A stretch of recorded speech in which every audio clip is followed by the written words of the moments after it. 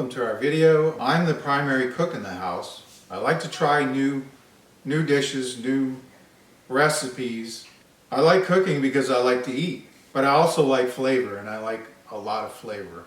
I don't like bland foods. Caribbean food is generally seasoned a bit more than your average American fare. So I enjoy cooking, and I enjoy cooking food with flavor. Well, I can't take all the credit for the cooking in the house because my beautiful wife Jaretta is an amazing cook. She puts her foot in it. When you're craving Jamaican beef patties and your favorite Caribbean restaurant doesn't have any, and you get Ave Dat, we'll show you how to make them so you don't have to worry about Ave Dat. What? Ave Dat? Yah Mon, Ave Dat. Okay guys, yeah, we are here today because Sam is in the kitchen again. He's always in the kitchen and he's cooking. What are you cooking today, Sam? It's Jamaican beef patties. This is actually the third or fourth time that I've made it, and progressively we're getting better with the recipe. I think maybe a little tweak here and a little tweak there. We've come to a very good flavored beef patty. So this is my version of the Jamaican beef patty. I hope that if you try the recipe, I hope you enjoy it. Follow it as closely as possible to my recipe, and I don't think you'll be disappointed. It's something I just recently got into making, and it's really fairly easy. These are the basic ingredients that you're going to need if you want to go ahead and pan over all of that, and okay, you'll be able to see. So we're going to make a double batch because we have a large family. We got 2 pounds of 80-20 ground chuck. It wouldn't be right if we didn't have allspice, okay? I need a little paprika. This is our curry powder. It's a West Indian brand. I think it's Chief. We've got saffron. All right, I'm gonna use some black pepper, some kosher salt, all-purpose flour. We need garlic, and we need lots of garlic, so I got about 7 or 8 cloves there. I've been making Caribbean food for a while now, and I've put so much garlic in my food that I literally sweat garlic, okay? This actually calls for a Scotch bonnet pepper, and all I could find was a habanero, and I couldn't even find a ripe one. So we're gonna use that. We'll do what we, do with what we have. Cutting the peppers and cleaning the peppers and preparing them. Just be cautious not to touch your eye or any other parts of your body because it'll burn for a while. I did that once with hot peppers. The habaneros. We need 2 yellow onions. These are a medium yellow onion. We need some thyme. I'm going to need about 2 tablespoons of the thyme leaves. The fresh thyme is the best. It'll give you the best flavor. All right. And I'm going to use about 10 scallions or green onions, whatever you want to call them. And just chop the root off, and then I'm going to go ahead and chop it up fairly small, and we'll start sauteing our vegetables. The hot sauce, you do put the hot sauce in there. I don't see that. Well, no, here. I didn't want to put hot sauce. I was just going to use the habanero, but maybe I'll... No, I think you should. Jaretta recommended that I try hot pepper sauce in the recipe, and I'm a little bit reserved about whether, this is going to make a difference or not. I did this recipe a few times before, and I've never included hot pepper sauce, but this time we're going to give it a shot, and we'll see what that does for our game. Yeah, some of this definitely put that in there. Hot pepper sauce. This is West Indian hot pepper sauce. Yeah, that really makes it the has flavor. Scotch bonnet pepper in it, so yeah, that'll probably give us the flavor that we hope to get. We've had them at a couple of different local restaurants. They're chain restaurants. Some of them are mom and pop, but usually they're not made in-house. They're a frozen beef patty. So that's really the only reference that I have for the flavor and what I'm looking for in the crust and in the actual filling. All right, so let's give it a shot. Okay. All right, we'll So start chopping vegetables now, okay? All right. And of course, guys, you're going to have to kind of use your own best judgment as far as your family size or how much you're wanting to make.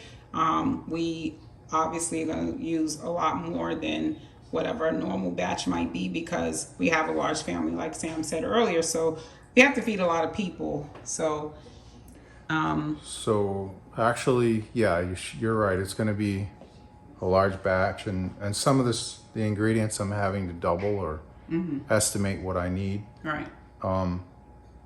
I'm going to go ahead and make the crust, the dough first for the crust, and let it rest, and then I'll go ahead and chop my vegetables, and we'll brown the meat, and we'll start cooking. So, all right, see you in a minute. Well, my lovely wife Joretta introduced me to Caribbean cooking.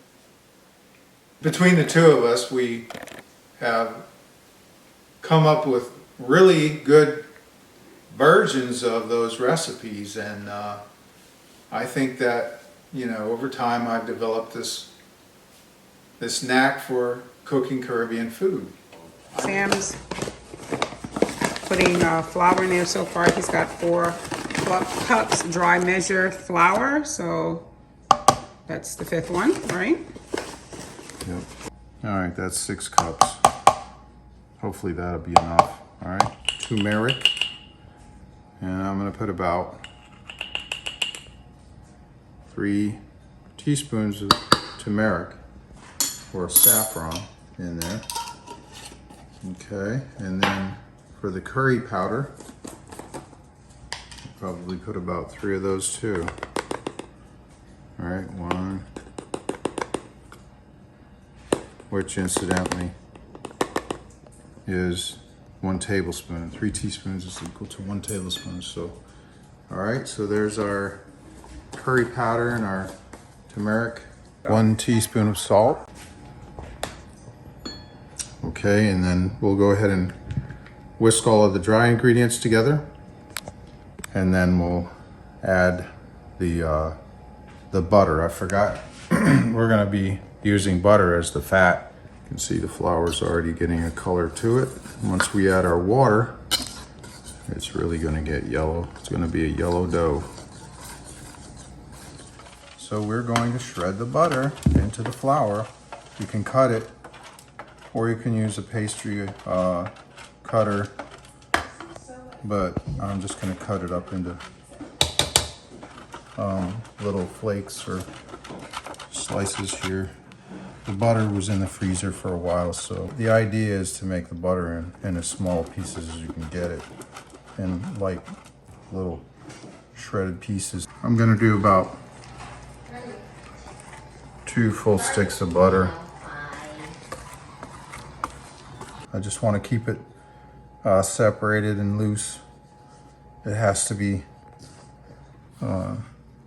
in small pieces. I don't want the butter to clump together. So once you cut it with the flour, and then we're going to hit it with some ice water. All right, this smells like curry already.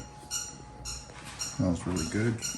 Okay, so all right, let's put some ice water in here and dampen the dough. The reason we want to use ice water is so that it doesn't start to melt the butter. You don't want to use warm water. And we want to make it about the consistency of Play-Doh. It's going to be a little bit sticky. That's okay. And about 2 cups of water here. I may need a little bit more to get it to the right consistency. About the consistency of Play-Doh. You can see the dough is, I kind of folded it over and made sure that it was, there is a serrated edge on the bottom somewhere, isn't there? Okay, so we're going to cover it with plastic wrap while we're making the filling. We're going to let this rest for about 20 to 30 minutes, all right? Okay. And it has to be in the refrigerator because it has that butter in it. I don't want it to melt. I want the butter to stay in small pieces so that it creates a flaky dough.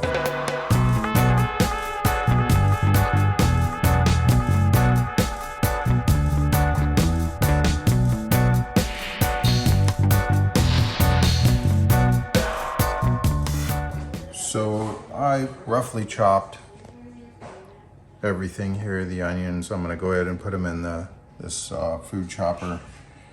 The pepper, I halved it. Thyme leaves, I stripped the leaves off of the stems.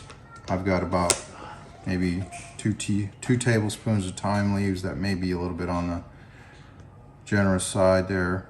So what I'm gonna do is I'm just gonna go ahead and chop all of this up, and we'll chop it up fine in here and start sauteing it in the pan. It's going to be finely chopped. All right, so we'll put a little bit of vegetable oil in the pan. We'll get that nice and hot. Okay, so this is the consistency of the onion. He's taking it out of the chopper. All right, so this is the scallion. The scallion, green onions. These are the scallion. Yeah, and cold green onions too.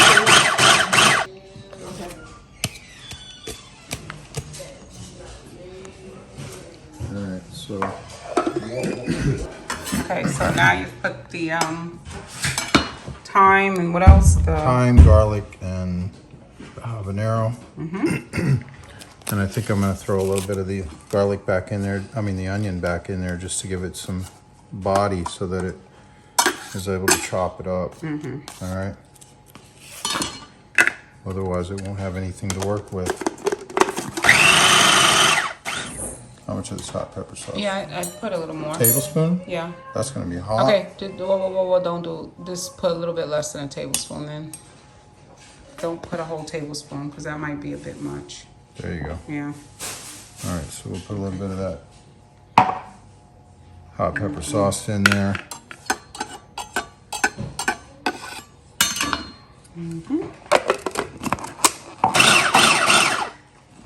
Really didn't need to be mixed in with the vegetables, but I did it anyway. You can smell that. It's a Trinidad made hot pepper sauce. It's Joretta. I'm going to give my wife a plug again. She encouraged me to use pepper sauce, and it did up the game a lot. It added a lot to the recipe. Okay, so the brand that I used was Matook's. You can use the Grace hot pepper sauce as well. It's Grace Scotch bonnet pepper sauce, which is available at Walmart. So the flavor is very similar between the Matook's, however it's pronounced, and the Grace pepper sauce. Is our pan getting hot? It's getting hot. It's hot. Way too hot, huh? Is it smoking? No, it's not smoking. I'm just kind of spreading it here across the entire pan so it can heat evenly. All right, so our oil is hot. We're going to go ahead and saute these scallions and onions, and I'll put the garlic in, and the habanero in last.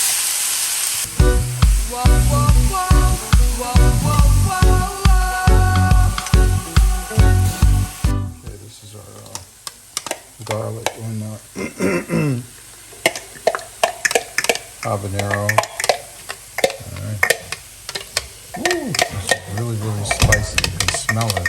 The garlic is in there, and you can smell the garlic, and you can smell the peppers. And cooking Caribbean food generally involves a lot of spice, and naturally, I'm a spicy guy, so this stuff is awesome.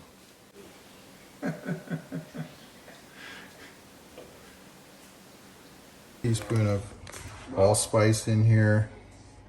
All right, maybe just a little bit more just for because. Paprika, I need about a teaspoon of that.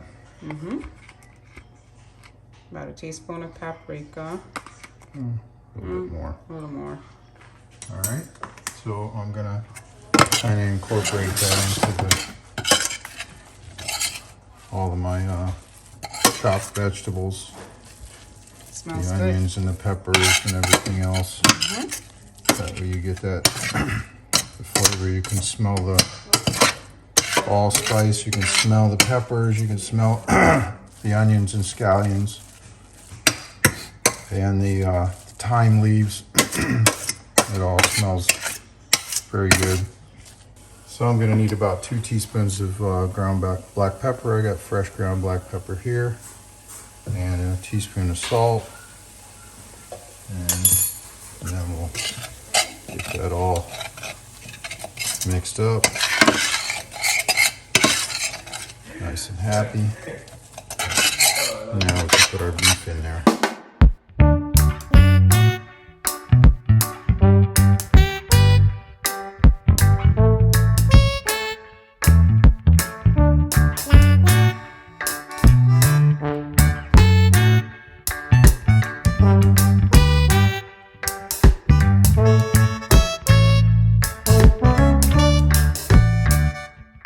Yeah, we're gonna brown the beef and get all the seasonings and herbs and the onions all incorporated into the beef.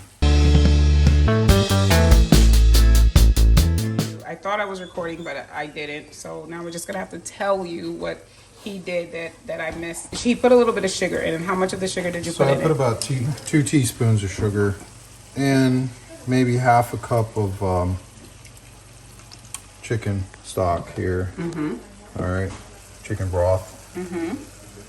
Maybe 2 to 3 tablespoons of this Grace browning. All right, and then about 1/4 cup of the breadcrumbs. Okay. All right, just All right. plain original. This is a Publix brand. All right. So that's all we missed, guys. What we're gonna do is we're gonna let that simmer and get nice and tender for about 20-30 minutes. And in the meantime, we'll go ahead and get our dough out and we'll start rolling it out and get ready. But see, this stuff has to simmer for a little while, and then it has to cool before we can put it in the filling. Put the filling into the dough, otherwise it will melt the butter or the fat in the crust.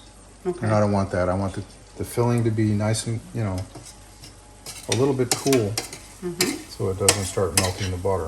Okay. So when we fill the pastries, then we'll go ahead and seal them, and we'll put them on a pan and bake them at 375 for maybe 20 minutes or so.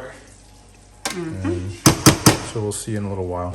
Okay. It's been simmering for maybe 15-20 minutes now. I'm gonna add a little bit more breadcrumbs to it, thicken it up just a little bit. It's really delicious. I did just taste it. Yeah. I took a spoon and tasted some of it. All right. Very Well, good. we don't want it too. So Sam's not really measuring anything out. We don't want it too juicy. We're gonna just kind of add a little bit by, eyeball.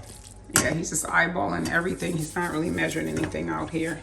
'Cause, But anyway, guys, it tastes really, really delicious. I just tasted some. it smells good too. It smells awesome. I can't wait to eat. Smells real beefy. Yeah, and I like the color. We've got a nice brown color now. Yeah, the browning kind of brought the color Yep. to where we wanted it. Instead of having a gray, it's a little bit more brown, and now it's got the thicker consistency, so so it'll have a little more body when you put it into the pastry. All right, so we need to kind of just spread it out and let it cool for a while because I don't want it hot Okay. when I drop it on the pastry. This is what it's looking like. And trust me, it is really delicious.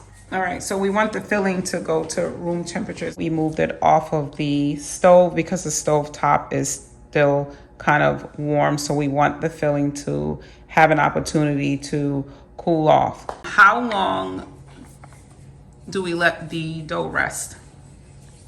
Probably about half hour to 45 minutes at least while we're making the beef filling.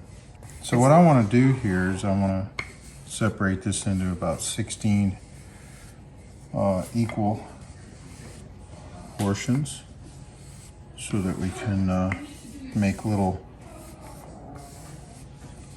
pie crusts. All right, little, it's like a turnover, and just kind of estimate, you know, right down the middle.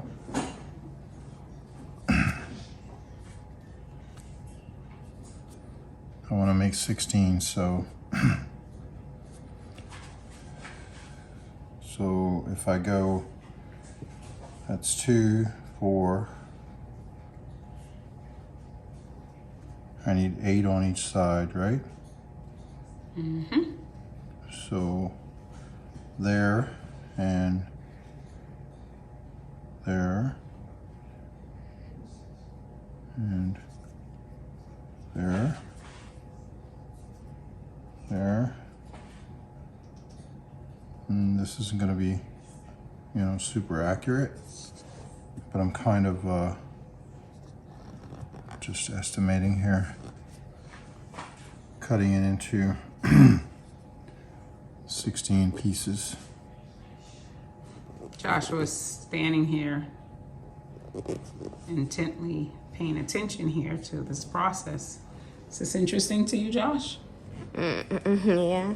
It is. So I've got 8 here.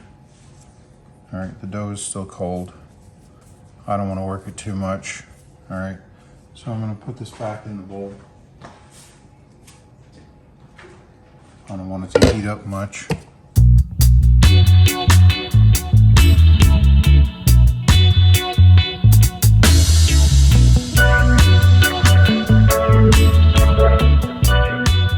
Okay, so this process may not be how they do it in West Indies, but it's just the best I know how to do, okay? I don't know. I'm making it up as I go. It sure smells like a beef patty though. Mm-hmm.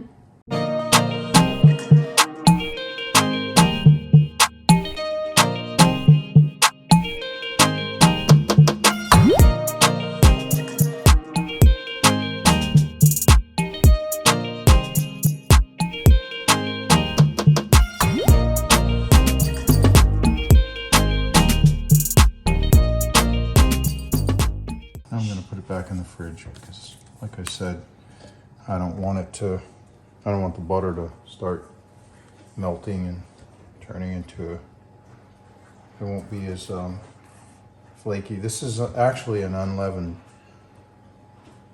dough. There's no leavening in it at all. And I'm kind of wondering if some recipes actually use baking powder or anything to lighten it up a little bit. Mm-hmm. All right, so let's go ahead and get a few of these out, and we'll put the rest back in the fridge. Okay. Just gonna keep that cool. And I'm gonna start rolling them out. Put a little flour on there. I want to keep it as round as I can so I can make them nice round.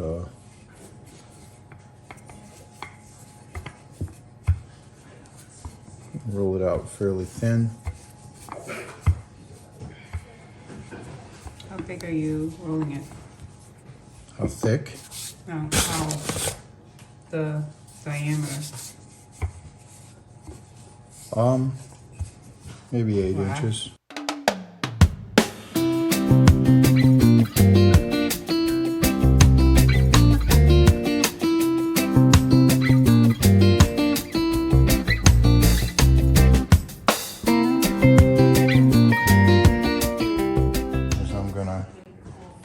Wet the edge so that when I fold it over, it'll seal better. All right. And we'll spoon some of this in there. All right, like that. I'm making 16 equal portions here, so once again, I need to go ahead and figure out. You can start the oven for me at 375.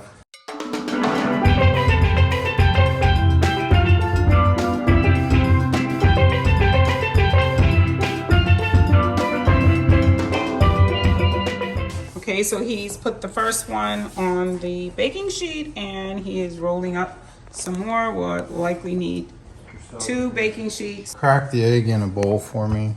1 egg in the measuring cup, and he knows what to do. He helped me last time. Okay, so. And a little splash of water and whisk it all up. You're putting a glaze on the outside of the pastry with the egg wash. Okay, so he's just gonna fill all 16 of them, roll them out into this, what was the size again, Sam? About 8 inches. About 8 7, inches. 8. 7, 8 inches.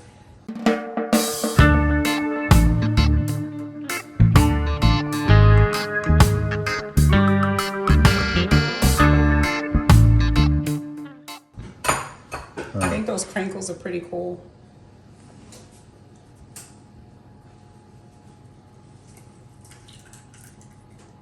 That's pretty cool. And why do you poke the holes in them? So that it can vent a little bit while it's baking. Purcell is making an egg wash. And right don't now. let Sarah watch this whole process, or she'll have a cow thinking that we're all going to die from salmonella poisoning. Because every time anybody touches an egg, everyone's going to die. According to Sarah.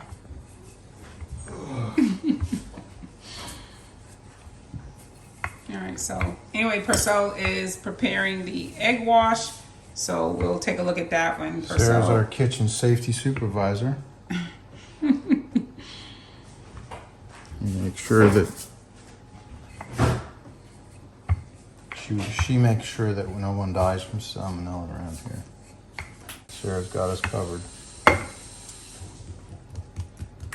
right, so like I said, Purcell's over there preparing the egg wash, and then he's gonna brush it onto the pastries.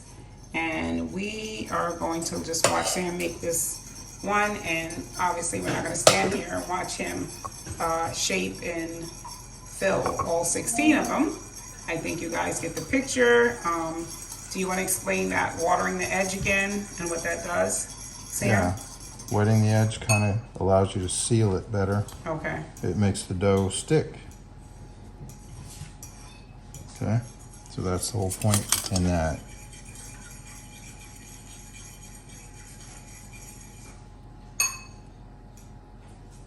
So the juice or the gravy doesn't run out of the edge of the little hand pie.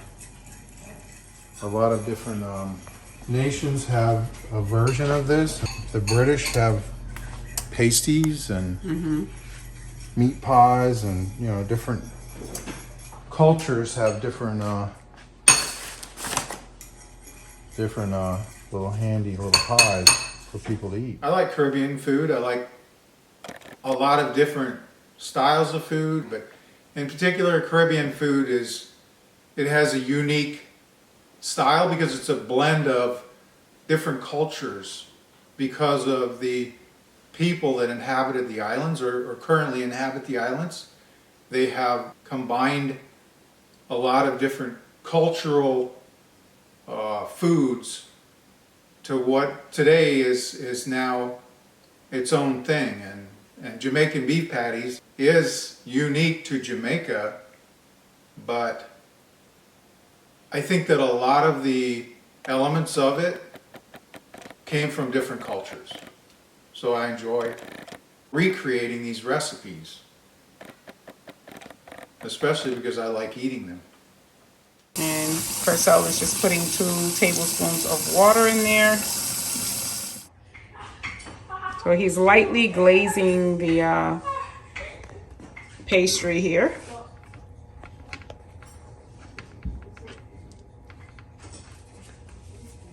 And he's already done with this pan, so he's gonna pop this one in the oven.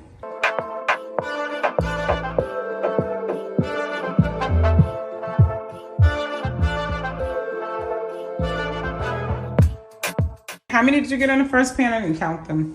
8. You got 8 on that pan, so you'll get 8 on this one too. We set the timer for the ones that are in the oven, and we're gonna cook those for about 25 minutes. Purcell's gonna finish glazing, and then we're gonna put that one in the oven. And there's 17 minutes left for the first batch that we put in the oven. It smells delicious.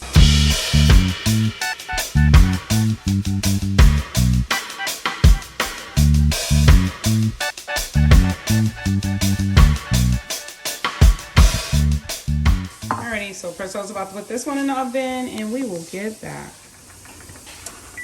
Ooh, okay. So that is the first batch.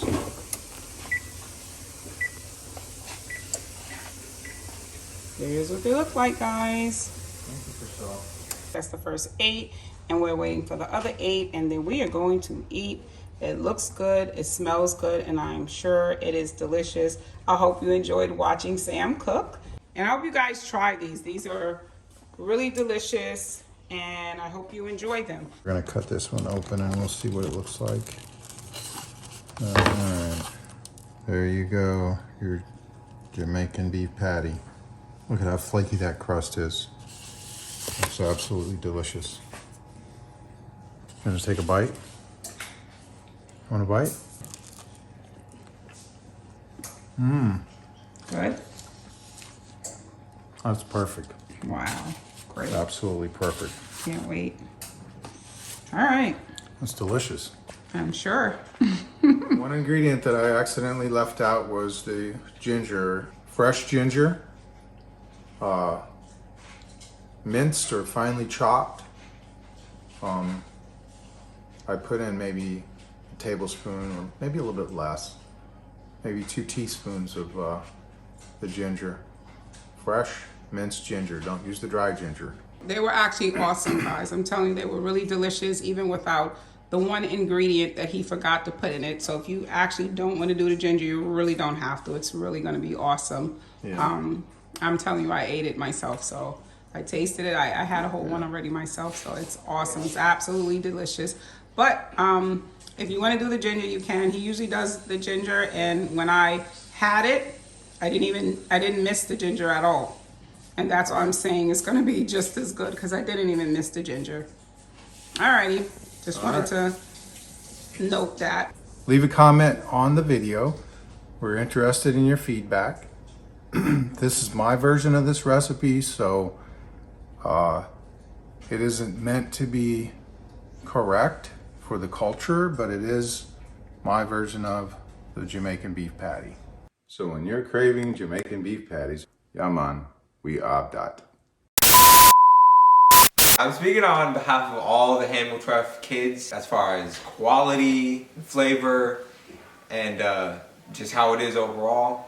When I say these beef patties were on point, they're on point. These beef patties were delicious. They were great. They were literally a blessing to our taste buds. And I also recommend y'all following that recipe exactly the way he did it. If y'all want to get that best experience for your taste buds, it's perfect. It's perfect. Hope you try the recipe and let me know what you think. Give the video a thumbs up. Don't forget the comments down below. Hit the bell for notifications and subscribe. If you have any recommendations for future videos, let me know. All right, love you guys. I'm out.